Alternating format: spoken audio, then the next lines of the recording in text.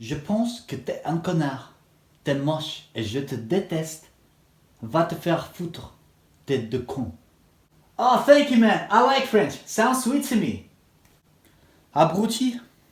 Salut tout le monde, je m'appelle Rose et aujourd'hui j'ai décidé de parler le français. Pourquoi? Pour me vanter, pourquoi pas? Pour dire la vérité, j'adore le français. Pour la prononciation, c'est ma langue préférée. Dans cette langue, même les insultes sont jolies. Mais je crois que le français ne s'en rend pas compte. J'ai commencé à apprendre le français en 2019, c'est ma troisième langue étrangère. Mais la prononciation est plus étrange de celle d'italien, d'anglais ou d'espagnol. Water, aqua, agua, le, Donc d'abord, j'ai galéré un peu. C'était comme ça. Vincent ne peut pas prendre les transports en commun à cause des grèves. Ah, je suis magnifique. Comment j'apprends le français? À travers la télé-réalité Les Anges. Oui, je sais que c'est nul, mais là, on utilise les mots de la vie quotidienne et c'est très utile, ouais. En moi, je crois. Cependant, en ce moment, je parle comme un blaireau, mais ouais, ça va. Si vous me demandez qu'est-ce que j'aime le plus en France, c'est la musique de Aya Nakamura.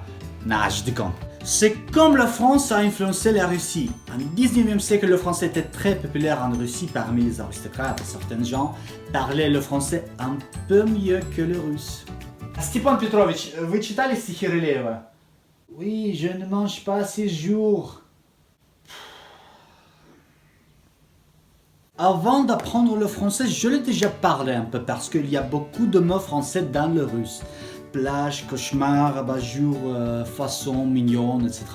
Donc cette langue n'est pas complètement étrangère pour les Russes. Pour enrichir mon vocabulaire, je lis le magazine GQ en français. C'est efficace et en plus, il y a beaucoup d'articles très intéressants que j'aurais pu lire dans ma langue maternelle. Et surtout, j'ai changé la langue de mon portable, de mon compte Google, YouTube en français. Et parfois, je comprends absolument rien. Non, c'est pas vrai, mais ça pourrait être comme ça. Ouais. J'ai visité Paris en 1999 et je me souviens bien de la jour d'arrivée, c'était la fête de la musique. On a visité Disneyland. C'était mon première expérience en ce qui concerne les montagnes russes et on s'est bien amusé là-bas.